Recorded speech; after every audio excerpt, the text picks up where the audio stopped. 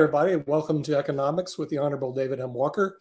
I'm your host today, Nick Palavita, and we will be discussing a very important topic that's going on right now in the United States, which is about 10,000 migrants a day coming into the United States. A lot of them, 50%, are from the country of Venezuela.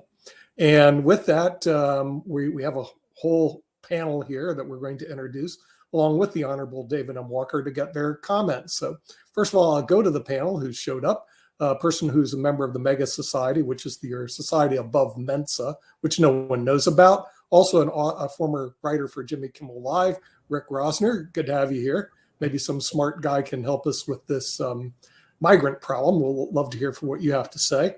Then we go up to Canada, and we have the author of the very famous book, Monday Morning Millionaire. He is a dentist by background, but also does the investment show. We'll bring in Milan Asmarek. Milan, welcome to the show. Good to hear what Canada has to say about the immigration problem here, and it may also exist in Canada. Then we'll go to Northern California, and we'll bring in a FIDE master, another author of the very famous book, Chess for Dummies, which I see in the Barnes & Noble bookstore. I see them, but I don't see this guy. Who's a FIDE chess master, Jim Eade from Northern California, has joined us. And also to help out this migration problem, we have another person from Canada who originally lived in Odessa, Ukraine, also a chess expert. We got all these chess experts here. Sasha Starr, who's joined us from Canada.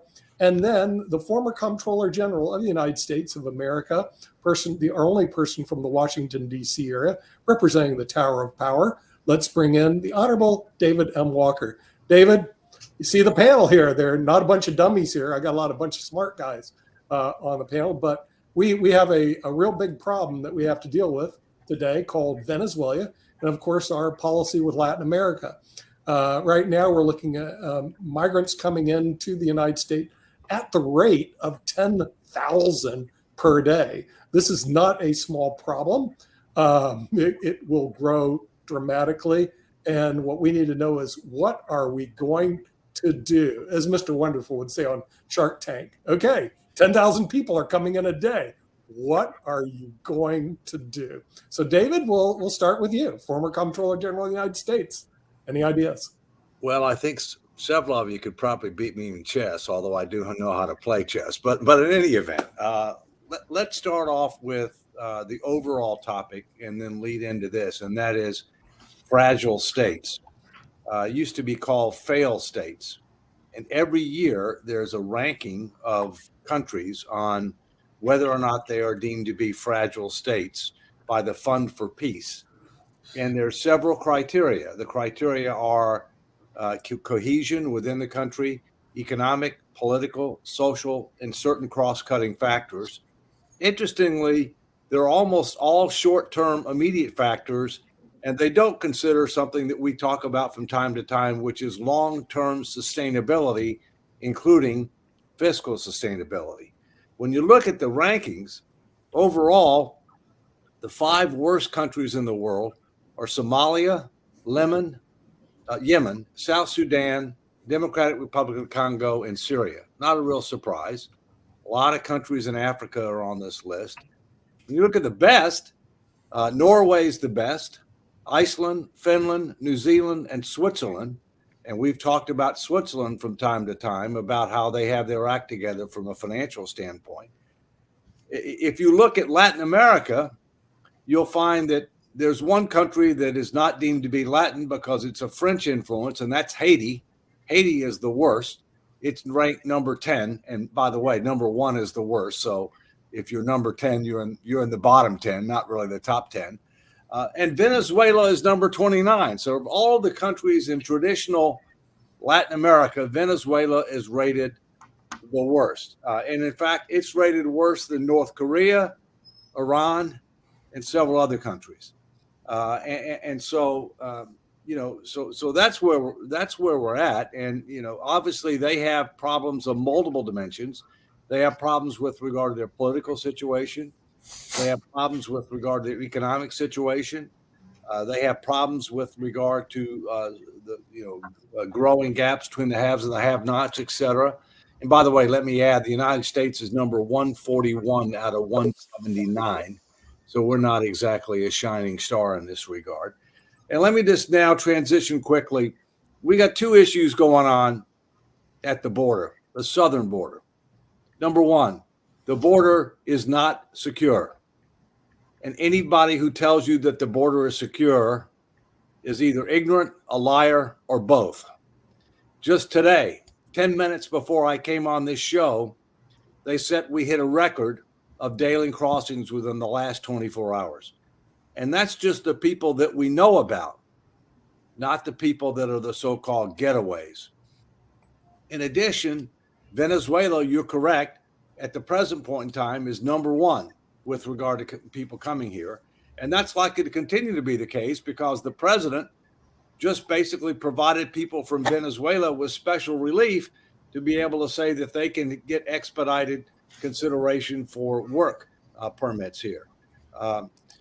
We got two issues we have to deal with. One issue is border security. You've got to secure the border, and the responsibility for that is primarily the President of the United States. The President has failed to do what needs to be done to secure the border. He's asking for more money, but he's asking for more money to process people quicker and send them throughout the United States, not to secure the border. That is the responsibility of the executive branch, and the president is the head of the executive branch. You got a second problem, and I'll tee it up, and then let's get into discussion about it because I don't want to dominate this. The second issue, what are we going to do about our immigration laws? They are very outdated. They do not represent current economic, demographic, workforce, and other conditions that we have today. They sorely need to be updated, and that's going to take bipartisan support. But in many regards, people don't want to get onto that until you secure the border. I'm not saying that's right or wrong, but I think the bottom line is we need to do both.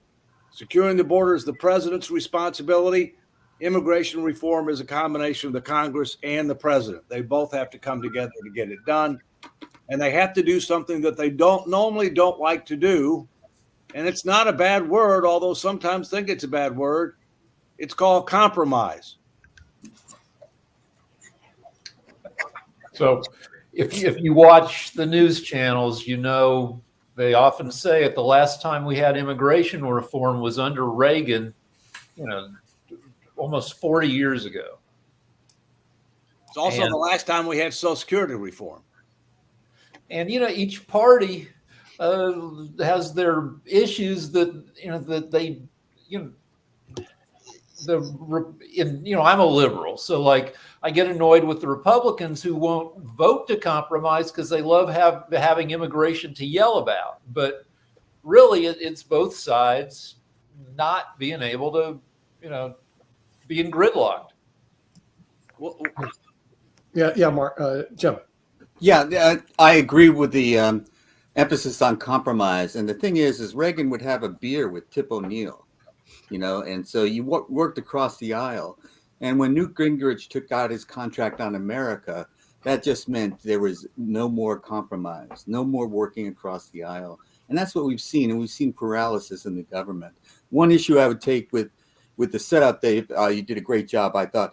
But the president's job, is to secure the border. But what he wants the money for is to process immigrants because we're a country that gives amnesty. We have a Statue of Liberty. It was given to us for a reason. And so what we want to do is to know who's trying to get across the border for nefarious purposes, who's trying to get the border to seek amnesty. Right now, we have a zero way of determining that. We just send them into incarceration, essentially. And so what we want to do is have judges available to process them to determine who deserves amnesty, who we would welcome into the country, who would become, we hope, productive, tax-paying citizens of the United States. And many, many of them have. And those who are coming in for nefarious purposes, we would send them back. That's the purpose of processing, rather than just, putting barbed wire in the rivers. Jim, let me. I think you meant to use the term asylum rather than amnesty, because asylum is what people seek when they come here. Yes, thank you. an overwhelming majority that are coming here are not eligible for asylum. Asylum has to do with political persecution primarily. All right. Well, I'm I'm sorry to interrupt, but that's not my point. What the law says, okay? And a vast majority of people are coming here for a number of reasons. Economic opportunity, lack of security, if you will, in their country, if you will, which I feel for that. But we also have to keep in mind that we have legal and illegal immigration, and we got a lot of people that are trying to come into this country through the legal process, and they are actually now being discriminated against. Okay, so yes, we need comprehensive reform, and we can get into that. But a vast majority, there's a difference between legal and illegal immigration, and a vast majority that are coming into the country across the southern border right now are illegal, and we don't put them in jail. We release them and in many cases, they have court dates that are 5, 6, 7 years away. And do you really think they're going to show up? No, we incarcerate a great deal of them. And also what we talk about is in World War II, did we turn away Jews or did we allow them in? They were being prosecuted where they lived. They were going to face death where they lived. So this is not amnesty. This is, or asylum. This is like saving people's lives. And this is what this country is about. We take your poor, your tired, your huddled masses. And so this is something that we have to live up to. And it's a thorny problem. I understand. But, we have to be able to process those who deserve to be helped and those who deserve to be turned away. But we then have to decide what's the basis for that. We have, okay? And the other thing is you got to keep in mind, Jim, when the United States was formed, people weren't coming to the United States. I agree with you. From Latin America. Okay. In fact, Mexico was stronger than the United States at the time. People that were coming here were coming over an ocean. So they were risking their lives to get here. We had a big moat. All right. They are now too. Yeah, but they're not coming over the water. No, but they're coming through jungles. No, I know they are. Yeah. I just wanted to tack in to chime in and agree with what Jim is talking about. One of the biggest problems is that processing. Fareed Zakaria actually did a really good piece on Sunday about the immigration system and how a lot of the people that are in the line, we keep saying that these individuals are being discriminated against. No, the line isn't moving. The people are not being processed. So it's the same thing if you go to Walmart and there's only one line open, you're going to get frustrated and try your best to go elsewhere. You're going to drop your food and do whatever you want to because you're not going to pay for that. So if we do not have processing, we can't do anything else. So regardless of figuring out if they're okay for asylum, seeking asylum, we can't even get to there because we're not processing people. We're not putting up the judges or setting up the systems for people to come through. So we can complain about, well, these people aren't these, we need to set up a blanket. But until we process these people, we don't know what we're doing. We're just we're doing the opposite in reverse. Instead of declaring amnesty for everybody and equality, we're going to let everybody in. We're doing it in reverse, saying, oh yeah, everybody's bad. So we're not going to process you regardless. We're going to keep it waiting in line, but the line's not moving. I think that it's a little bit different than that too, as well. And I agree. I think the lines get frustrating. Why don't we just build villages along the border and let people start living there and slowly let them cross over, or just build another country on the border? Because, they're going to come over. They're going to continue coming over. But the biggest problem that we do have right now, or at least one I think is big, and David kind of hit the nail on the head, is the illegal criminal ones like MS-13, which have been coming over and have organized since I think 1980. It's not a small problem. It's a very small problem because they will catch them and release them, and they don't ever come back to court because of our laws and the way our 90% are people escaping to try and find, like the people in line that we're talking about. Yeah, those individuals are being hunted as well. So I while they're agree that waiting in there line are to be a lot processed, of people. they're trying to escape. So all these, we keep, the problem we do is we say MS-13 is bad. Everybody coming across is MS-13. Yeah. The No, majority I is don't. MS-13. That's And not true. there's no stereotyping there. But what I'm saying is there are a lot of dangerous criminals. But they're also, they are not coming across the border. Some of The these percentage really is heinous low. ones flew in through our Just airport, take- and that's where if majority you're of gonna the talk about drugs. percentages, if you're going to talk about percentages, give your source, because that's just not true. Okay. I'll get you a source right Give here. your source. Give your source. Okay. But I don't want to hear I've- about percentages. I gave sources for mine, so I want to hear sources. All So, right. and Because the first I one we believe don't that know how there. many gotaways there are. That's fair So enough. according to the FBI and all the other Let Kim all the finish. criminal, Let Kim finish.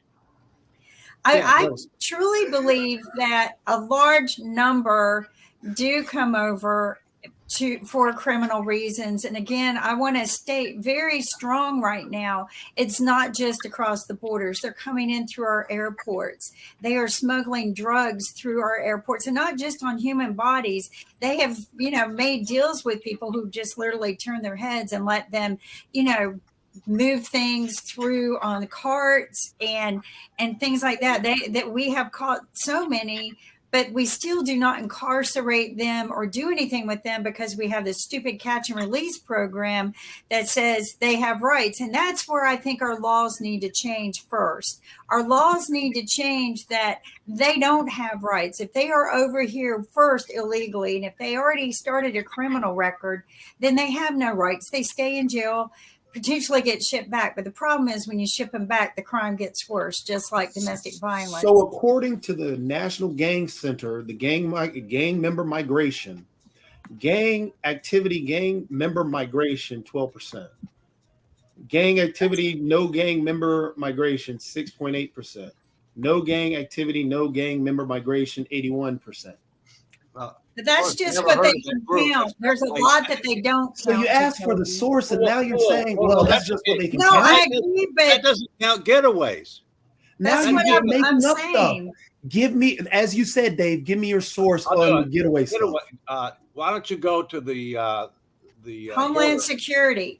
Yeah, Homeland Security. That's an authoritative. There's an interesting I'll data. see if I can get a retired Homeland Security official to come on. He was the Interesting director data that for I picked up several from CBS presidents. News. But 45% are One coming at a from time. Venezuela. Okay, if 45% are coming from Venezuela, see, I want to go after the problem. All this immigration is symptoms of a problem. 45% are coming from Venezuela. The number one oil reserves in the world is Venezuela. Right. So riddle me this, Batman. How can potentially the wealthiest country in the world be so broke that 45% of the migrants are coming from that country? It's an easy answer for that. And they're corrupt. They're corrupt. Corrupt. Absolutely. Incompetent. And they're incompetent. oil industry is the most corrupt industry in the world. So they said that Most. one of the biggest things that also happened is they put all their eggs in the oil industry basket as well. So once the oil dropped, therefore their economy tanked. And now with the corruption, where does that money go? Up to the top, and then the other individuals. And so these individuals get the people trying to escape this bad area. Yeah. So you got corruption, and you've also got all your eggs in the oil basket. Well, corruption at the top, and then people start taking things from other people, and then they want to leave because they're in danger. And this is what has happened in many countries. And I don't know where you got the 45% number, Nick. I have my source. CBS. Yeah. It's from CBS News. Okay. Real trustworthy. And yeah, well, this is an incredibly difficult thing to actually get accurately. But assume that they've done this correctly, which I don't assume, but we will for the sake of argument. There's a poisoning of the people, and they are escaping for their lives. They're going through jungles that are horrible treks. They're sacrificing their families, everything they knew, everything they know, and they're hoping someone will give them safety. And they're being preyed upon the entire journey, and the journey is dangerous. So it's worse than crossing an ocean, although crossing the oceans, my family did, and it was horrible. Absolutely, but it's no less horrible now. We cannot diminish this. And the majority of people that are coming are escaping for safety, not to commit crimes. We have our friend from Canada, Dr. Milan. Yeah.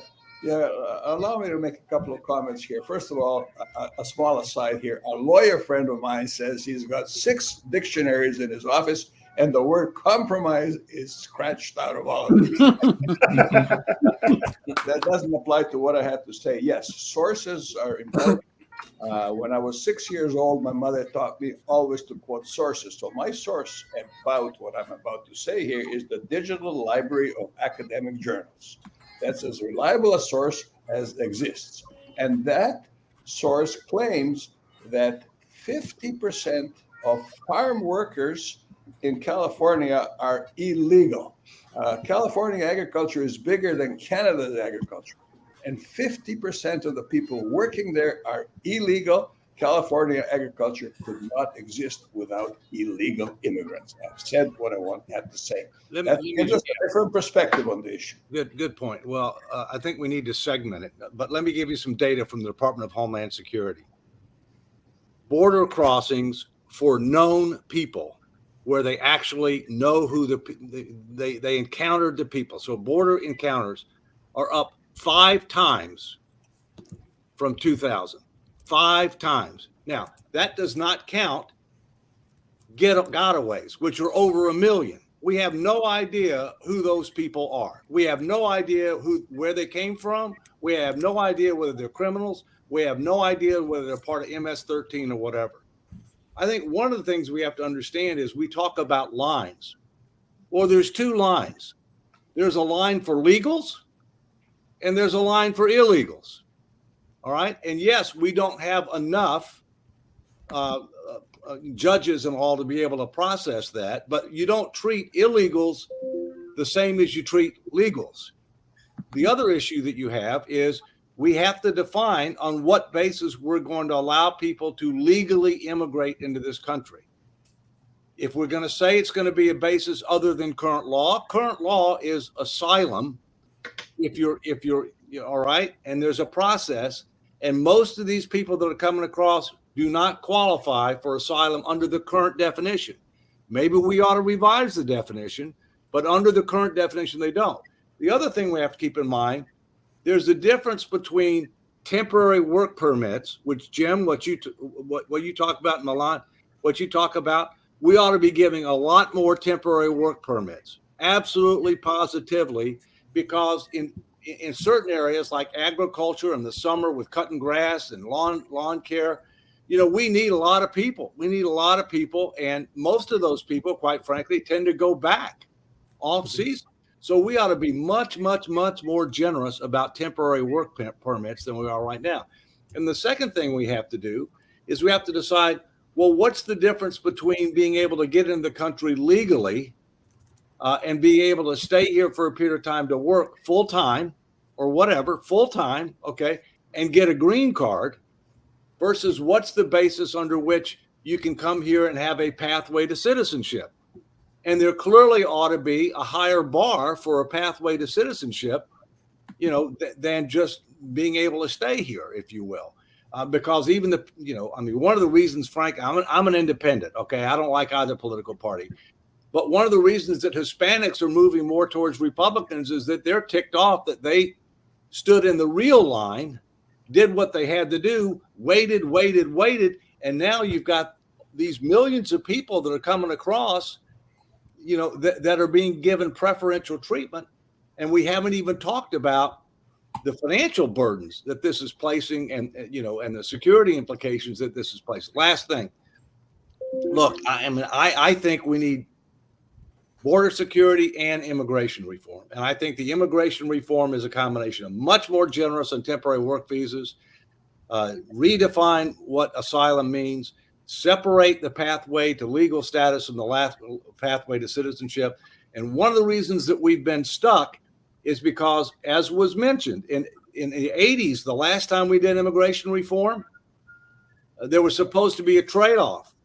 Reagan said that he would provide amnesty for a group of people in exchange for some of these reforms, including tougher border security. That never happened. That never happened. And so one of the problems is the Republicans, rightly or wrongly, don't want to play because they're afraid that everybody's going to say, well, let's give amnesty to all these people. And there is agreement on giving amnesty to the Dreamers. And I think that makes a whole lot of sense, because if people come across here and they were minors, they didn't.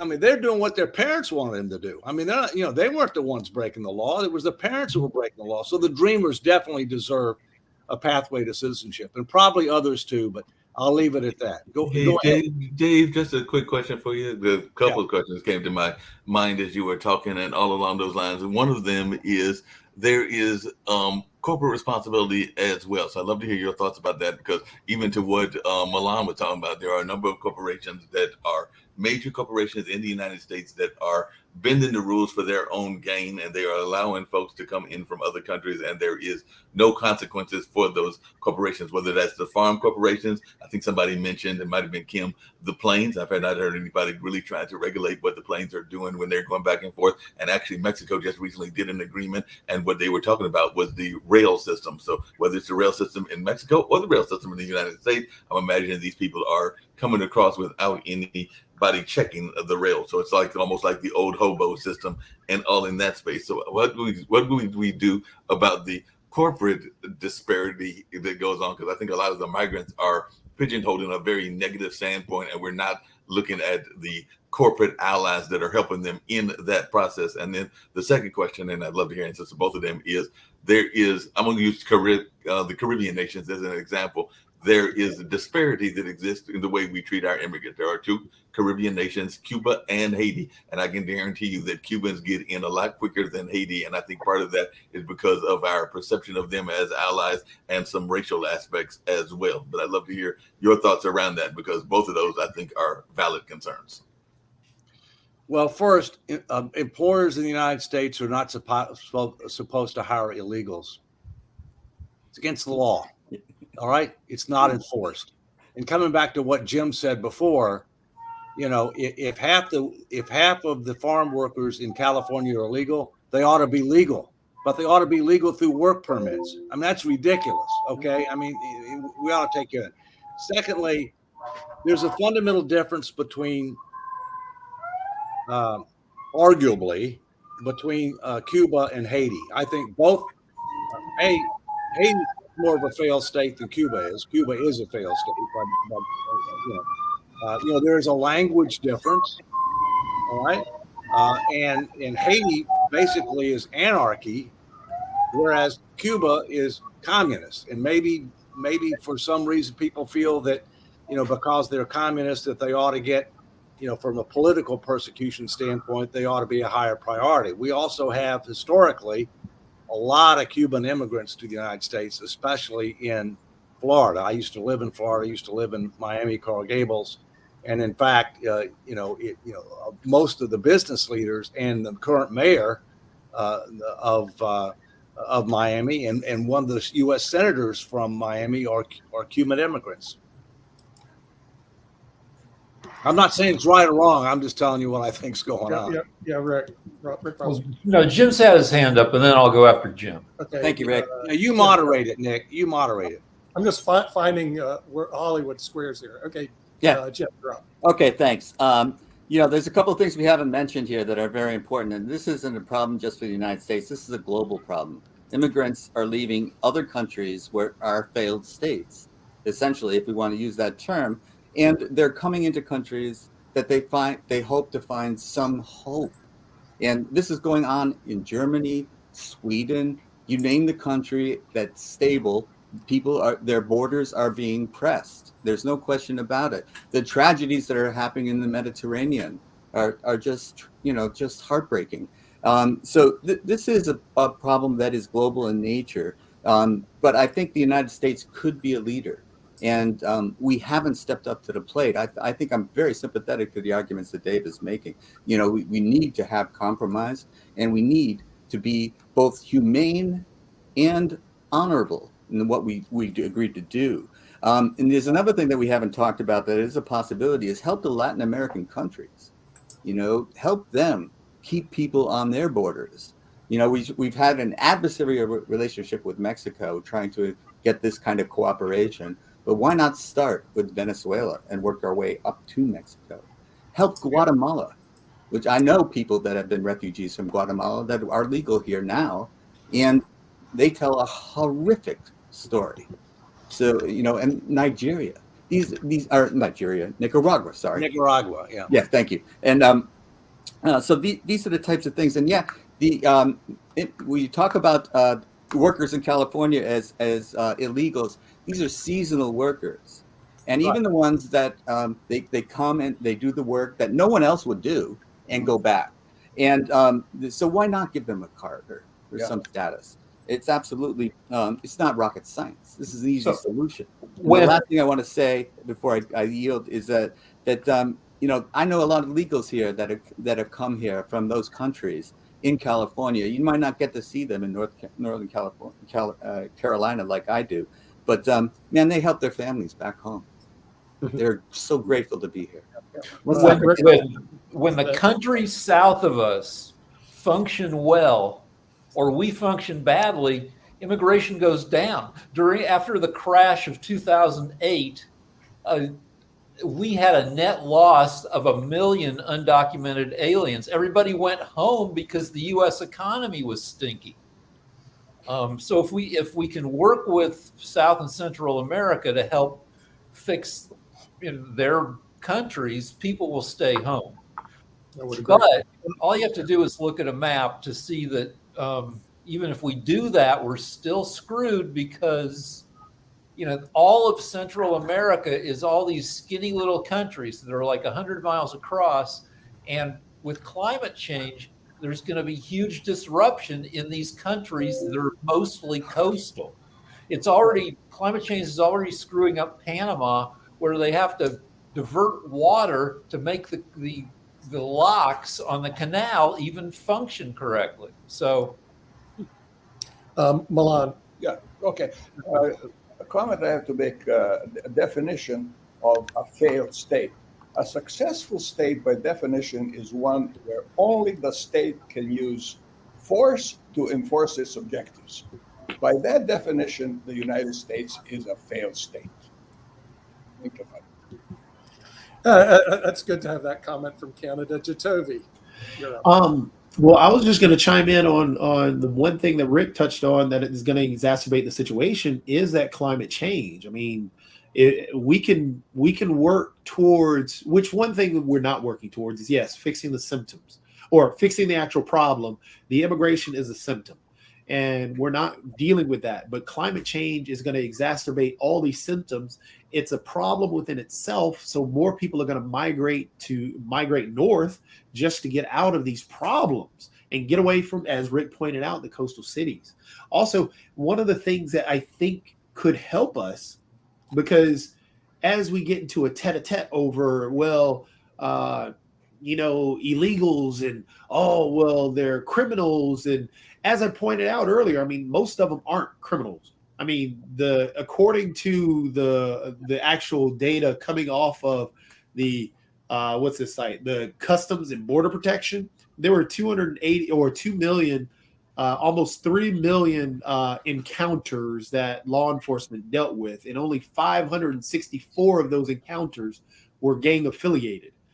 So it's really, I think we have to change our mindset in terms of these are illegals or these are bad people. No, they're searching for help. We have to figure out ways to help them. And I think pushing that mantra and changing our mindset that we need to help these people, that could help us in the long run in terms of dealing with our immigration system, because we're not even thinking. I mean, we can argue back and forth over, we don't have the space or we don't have this, but I mean, we got people in line that need to be processed, but we're not focusing on processing them. We got people in line that need help, but we're not thinking about helping them because we're afraid of, there's a gang member, 564 of them.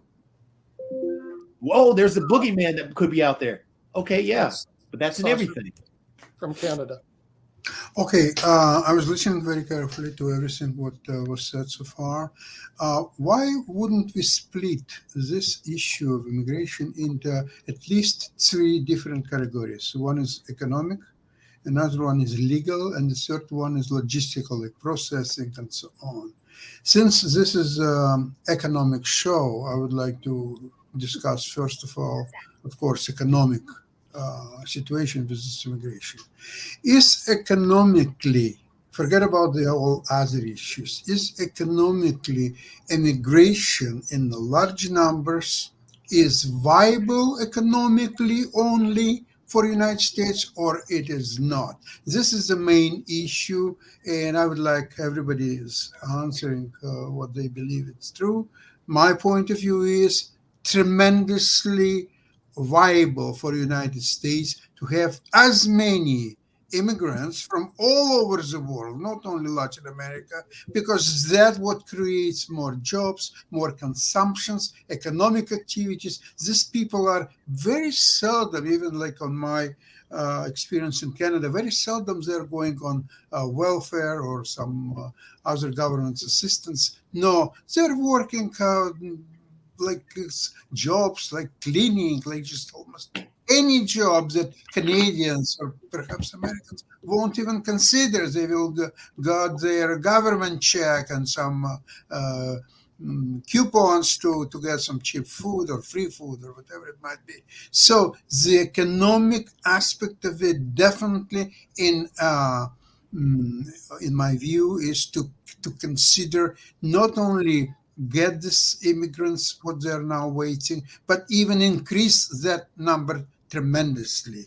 Now, how it's been done, for example, in Canada, there are some interesting cases. For example, when there was several years ago, 7 years ago, I believe, it was a huge immigration from Syria, which was a war-torn country.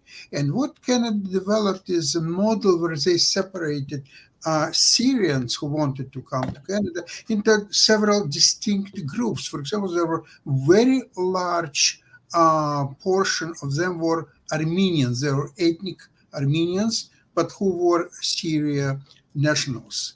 So it was very quickly Armenian community, at least here in Ontario, but I think all over Canada, were mobilized, and they provided almost personal care of the Syrian Armenians families moving to Canada. They were housed, they were fed, they started to learn a language. Many of them knew English or so on. And in a few months, all of them had jobs. They integrated into Canadian life, and they didn't need any assistance. And some of them became very successful people in their own rights. So something similar could be considered as well. However, in my opinion, it's economic issue first, and not second. Yeah, several things. One, Syria is number 5 on the so-called fragile states, used to be called failed states. And that was a specific program that a number of countries participated in numbers that are much, much smaller than we're talking about at our southern border. But I agree, it's a good example to bring up. Secondly, Jatovi, thanks for giving a source, but just keep in mind your source only deals with encounters. There's over 1 million gotaways. We have no idea who those people are and what they're related. We just don't know. Okay. Thirdly, I think Sasha's right to bring us back to economics. I think you have to look at macro and micro. On a macro, you can look at it and say that the United States has a demographic problem. Not nearly as bad a demographic problem as Russia or Japan or China. Yeah. We don't have a declining population, but the only reason the country is growing is because of immigration. Yeah. And the reason being is because our birth rate is not adequate to replace our population. Our birth rate now is about 2 to 1, and because of infant mortality and other mortality, that's not enough to maintain your population. So we're not nearly as bad as other countries, but we got a problem. So we need immigrants, and our country was founded on immigrants. But what we need to have an honest discussion and debate about is what kind of immigrants do we need, and what's the process going to be?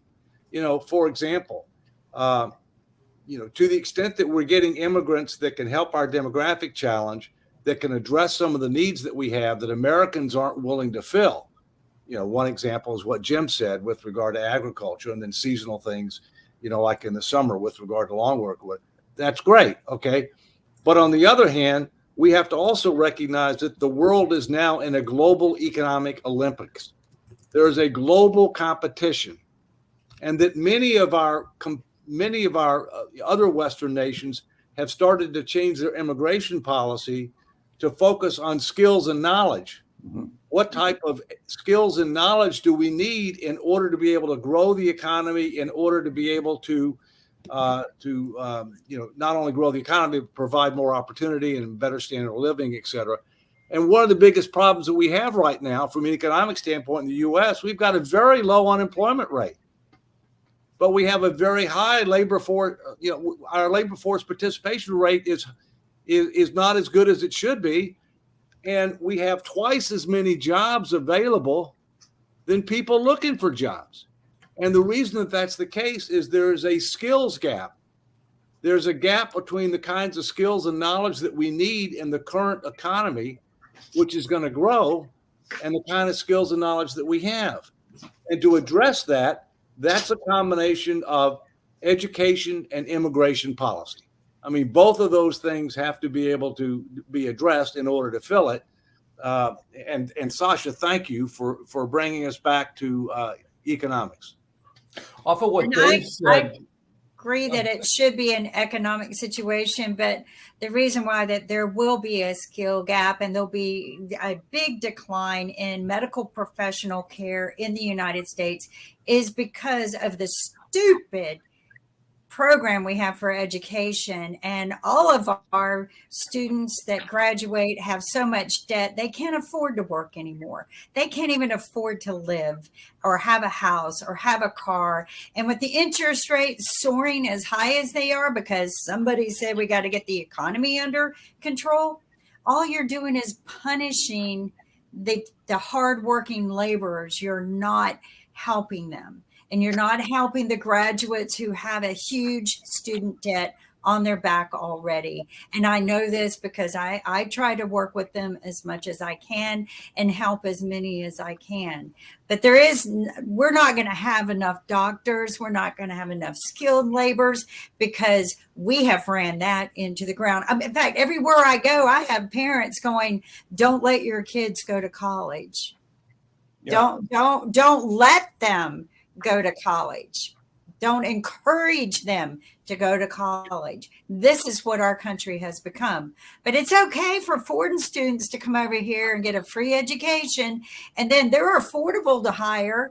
And that's what pushes us out of a job here in our country, where I paid taxes for my child and my family, and then you made it impossible for my children to even get a job after they got a college education. And that's the problem with that. But as far as immigration goes, we just need to maybe tighten up on the border a little bit.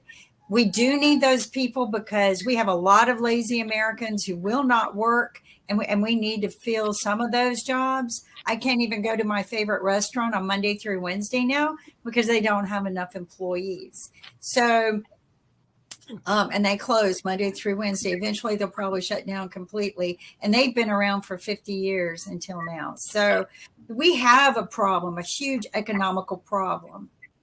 Yes, But we've got to fix our core first before we can fix all the others. technology is part of the problem and part of the solution. And we need an ungridlocked government that could embrace some of the last time we talked about this on one of these shows, I facetiously said we just chip everybody coming over the border. But that would actually help if we knew where everybody who's been let into the country to wait for their hearing is. Now, of course, some bad guys that take, have, like some surgeon pop the chip out, but, but like one reason that we're not reproducing and Japan isn't reproducing at a replacement rate is because technology and entertainment is so interesting now that young people would rather just watch streaming TV than have sex. Hey, Rick, along those same lines and I everything think we along have those lines. Toby next, Mark. We have to Toby next. Yeah. Oh, I don't know about the Logan's Run style or if everybody's deciding to watch porn rather than to touch each other. So I can't. I'm not. I'll leave that alone and leave that with you, Rick. Sex However, among one of the teens biggest and young people is down 25% since the very horny 1970s. But what's your source, Rick? Never mind. Go ahead. Yeah, your source. Rick and I are providing the details. Rick has firsthand knowledge. No, because Are we I talking about was one not. and two? I wanted to have sex in the 70s, but nobody wanted to have sex with me. So I think Milan had a question.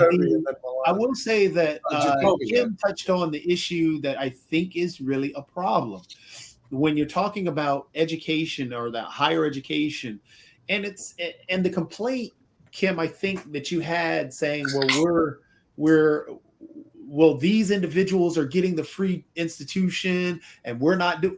I think we're pitting two individuals together rather than trying to create a solution, because we shouldn't be pitted against the immigrants that are, yes, getting that education that you say is free, but also we go to a lot of people go to Germany and get free education over there. Why aren't we fighting for these things? Not a Why lot. aren't we fighting for these? Yeah, a lot of them do. Why aren't we fighting for these things here? Why aren't we trying to push for these amenities or these things that we're complaining that this individual's getting, but we're not fighting for ourselves? We do. They don't give it to us. But that's the problem. We give up and we say, okay, it's capitalism. Okay, it's fine. So let's hate this individual that gets it. I don't hate them. I'm just saying we need to reform. We need to reform. I don't hate them. We just need to fix us first before we fix other people. Hold a second. I think Milan had We're not going to have enough doctors. And stuff like that could help. Yeah, I think Milan had a point. A major indictment against the United States and Canada is the high cost of higher education. The average dental student today graduates with a debt of $300,000. By the way, that's part of the reason why we are not having children, because raising a child from diapers to diplomas costs nearly $500,000. But let's get back to the terrible indictment against Canada and the United States, where the cost of higher education is so high.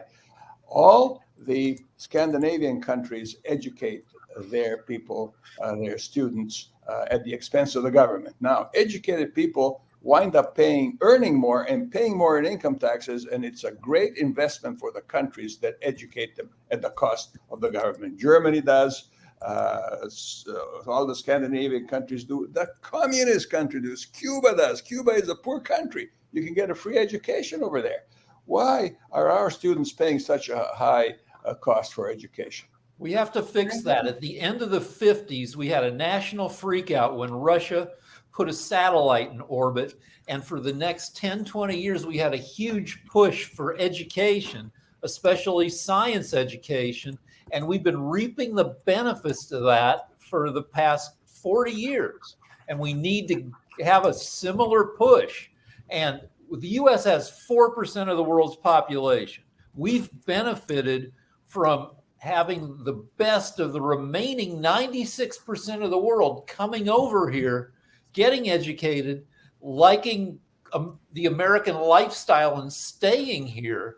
And we risk losing that to like when China lets people go over there and live large they've got like 200 cities in China that have populations of 1 million people or more. The other countries become more attractive. Reforming our education is part of retaining our dominance. Yes, I agree. Is it possible that a lot of that stuff is due to our capitalism mantra? Because everything that we're talking about has become for sale. Student loans has become for sale. In medicine has become for sale. So all these things, insurance companies try and make the top dollar. Same thing with these student loan companies and these banks try and come in for the top dollar. That drives education out of the way. Same thing with, with even these private institutions and so on and so forth. When we privatize everything, is that why? I'm not saying that capitalism is such a bad thing. There has to be a balance. What I'm saying is monopoly is a game based on the bastardization of capitalism, the capitalist system. That is the ultimate goal of capitalism in its bare, rare form. If we go on that idea, is that where we're headed? Is that part of our problem? If you think about it. I think it's more fundamental than that. Okay. First, let's talk about education. K through 12 versus college and university in education. We're not even top 25 in the world in K through 12. And we're losing ground. And COVID made it worse with the way that we dealt with COVID. All right. So that's the first thing. We got to get our K through 12 system. Yes, we have one of the best, post K through 12 education systems in the world. There's no question about it, but it's very, very expensive. So we got to get K through 12 in order, including not just math and reading, but also science, financial literacy, and civic responsibility. Those should be critical, in order to graduate from high school. But in addition to that, we also have to understand that not every kid's made out for college. Yeah. All right. I mean, there are a lot of colleges that frankly aren't very good. And there's a lot of degrees that aren't very marketable. And that one of the things that we have to do is we have to learn from others. Like Germany, for example, which was mentioned before. Germany tries to do a much better job than we do on having a macroeconomic plan to match the needs of their economy with the interest and abilities of their population. And they try to identify what's needed in the economy, what kind of skills, abilities, and interest individuals have, and they try to match them. And in many cases, matching them is matching them to a trade, which we have a huge problem right now because, we're not doing enough with regard to the trades. And if you look at the demographics of that population, lots of people disproportionately are going to be retiring from the trades, and we don't have people to replace them with, if you will. And you can make a good living, on the trades. My son-in-law is the chief electrician for the Marine Corps Museum. All right, he makes a good standard living, gets a good pension, if you will. So I think this all comes back to we got to do a better job planning. Last thing, it takes three things for any system to be successful and sustainable: properly designed incentives that encourage people to do the right thing and discourage them from doing the wrong thing. Adequate transparency to provide reasonable assurance they will do the right thing and hopefully won't do the wrong thing. And thirdly, appropriate accountability if they do the wrong thing. K through 12 education, healthcare, immigration, tax policy, we're 0 for 3. That's called a strikeout. You have to deal with the fundamentals. And until you deal with the fundamentals, the system's not going to operate properly. System's broke. We're arguing about the wrong stuff with regard to education. We're arguing about, which bathrooms people use. We're arguing about whether the school library should have a comic book with naked people in it. We should be the stuff we've been talking about. Nobody's talking about that. It's all these other garbage, distracting issues.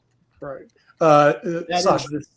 I'd like to add something to what just David said, that from Latin American immigration, from people who would enter United States, you will not hear demands of 4 days work week or to raise their salary 5-fold or 6-fold and all other garbage. You will not hear that. That's for sure. We'll send those people to Canada. Yeah. Jacoby had that thought. The ones that complain, we'll send them further north. Interestingly enough, talking about Canada, the UAW is trying to reach they're trying to reach one of the deals, and one of the things that they may look at is the deal that Canada struck with the union, and that was dealing with pensions, which the UAW had to give up in 2009. So they're actually looking to Canada to actually bring back pensions. That's one of their big battles. Also, one of the things that I think Rick had talked about, how we're arguing about the wrong things. Well, those wrong things are what the vote is about. Culture wars is where the vote is. That was found out using the Southern strategy that came out of Nixon, and all that was built trying to buy votes, or trying to get people to fear people, hate people, and divide us based off of bringing in votes. That was all based off of racism. However, that's still utilized today in the Southern strategy, arguing about what bathrooms and all this other stuff. We're not focused on what can fix us. We're always focused on what can divide us.